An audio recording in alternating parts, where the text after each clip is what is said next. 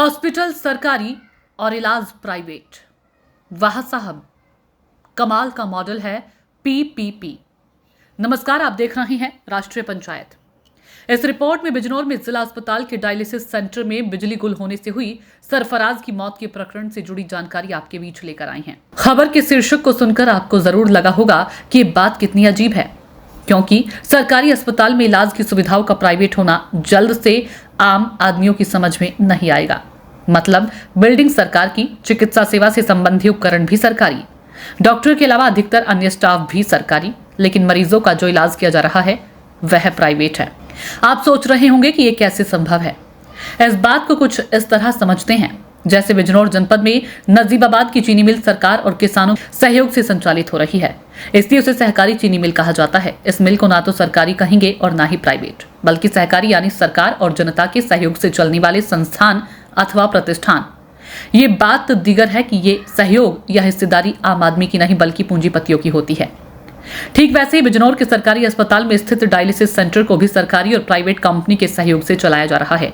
सरकार ने नवाचार करते हुए इस व्यवस्था को नाम दिया है पीपीपी मॉडल, अर्थात बिजनौर के जिला अस्पताल में स्थित डायलिसिस सेंटर सरकार और प्राइवेट कंपनी के योगदान में संचालित हो रहा है और उस प्राइवेट कंपनी का नाम है एसके संजीवनी प्राइवेट लिमिटेड। डायलिसिस सेंटर में इतनी बड़ी गड़बड़ी उजागर भी ना होती यदि इसकी कोई शिकायत नहीं करता।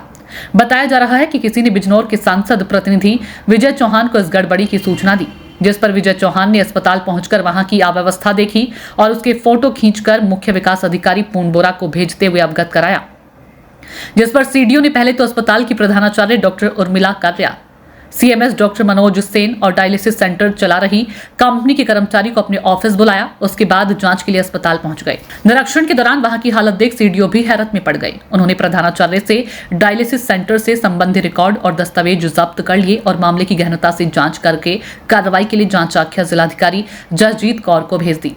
उधर जिलाधिकारी जसजीत कौर ने भी इस मामले को गंभीरता से लिया है। कौर ने डायलिसिस प्रकरण की जांच में दोषी पाए अस्पताल के अधिकारियों, चिकित्सकों और सेंटर चला रही प्राइवेट कंपनी के खिलाफ कार्रवाई के लिए निसंस्तुति कर दी है। डीएम जसजीत कौर ने बताया कि जांच में स्कैग संजीवनी प्राइवेट लिमिटेड को दोषी पाया गया है। जिला अस्पताल बिजनौर में संचालित डायलिसिस सेंटर जो एक प्राइवेट एजेंसी एस्कैग संजीवनी के नाम से, जिसको पीपीपी मोड पर दिया गया है और 2020 से उसको टेंडर था, जो डायलिसिस सेंटर हमारे जनपद में चला रहे हैं, उस सेंटर की जांच जो है कल सीडीओ साहब द्वारा करी गई और जांच में कई कमियां वहां पर पाई गई। साफ सफाई की व्यवस्था सही ना होना, प्रॉपर हाइजीन स्टैंडर्ड्स मेंटेन ना करना, एक फुल टाइम डॉक्टर की अवेलेबिलिटी ना होना, टेक्नीशियंस की नंबर्स में कमी, स्टाफ नर्स की तैनाती ना होना, कई सारी कमियां जो है वहां पर पाई गई। इसके साथ साथ वहां पर बिजली जाने पर बैकअप के रूप में जनरेटर सेट और उसमें अवेलेबल डीजल जो है वो होना ज़रूरी था, मैंडेटरी था, ताकि मशीनें उनकी चलती रहें। उसकी भी जो है उन लोगों ने फैसिलिटी नहीं करी हुई थी, जिस वजह से वहाँ पर एक कैजुअलिटी कल हुई है। उसका संज्ञान लिया गया और सीडीओ साहब जो है इस पर एक विस्तृत रिपोर्ट दे रहे हैं, जिसके आने पर जो एजेंसी है जो इसका संचालन कर रही थी उनके खिलाफ एफआईआर के लिए और ब्लैकलिस्टिंग के लिए लिखा जाएगा। साथ ही साथ स्वास्थ्य विभाग के हमारे अधिकारी जो वहां पर नोडल थे, जिनको उनको सुपरवाइज करना था कि एजेंसी प्रॉपर काम कर रही हो, और जिनकी सुपरविजन प्रॉपर ना होने की वजह से ये जो लापरवाही जो है वहां हुई है, उन अधिकारियों के खिलाफ भी रिपोर्ट भेजी जाएगी। डीएम ने बताया कि इस कंपनी ने प्रधानमंत्री की निःशुल्क डायलिसिस योजना के अंतर्गत निर्धारित सेवा अनुबंध में दी गई शर्तों का घोर उल्लंघन किया, लिहाजा इस संस्था को ब्लैकलिस्ट करने एवं संस्था के प्रबंधक के विरुद्ध एफआईआर दर्ज कराने की संस्तुति करके रिपोर्ट शासन को भेजी गई है। रिपोर्ट में नोडल चिकित्सकीय अधिकारी doctor Prem Prakash, EMO doctor Vicky medical college अस्पताल के सीएमएस डॉक्टर मनोज सेन और महात्मा विदुर स्वाशासी चिकित्सा महाविद्यालय की प्रिंसिपल डॉक्टर उर्मिला काल्या को भी दोषी पाते हुए इनके विरुद्ध भी अनुशासनात्मक कार्रवाई किए जाने की संस्तुति की गई है। अपडेट जानकारी के अनुसार इस प्रकरण में अभी तक जांच हुई है और जिम्मेदार अधिकारी एवं कंपनी दोषी पाए हैं।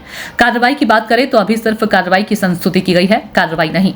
न किसी के खिलाफ एफआईआर हुई और न ही डायलिसिस सेंटर संचालित करने वाली कंपनी एसके संजीवनी ब्लैकलिस्टेड हुई। अब देखना है कि कार्रवाई की संस्तुति कार्रवाई में तब्दील होगी भी या नहीं, या कार्रवाई की संस्तुति वाली ये फाइल यहां या वहां आते जाते फाइलों के ढेर में गुम हो जाएगी। राष्ट्रीय पंचायत के लिए बिजनौर से ब्यूरो रिपोर्ट।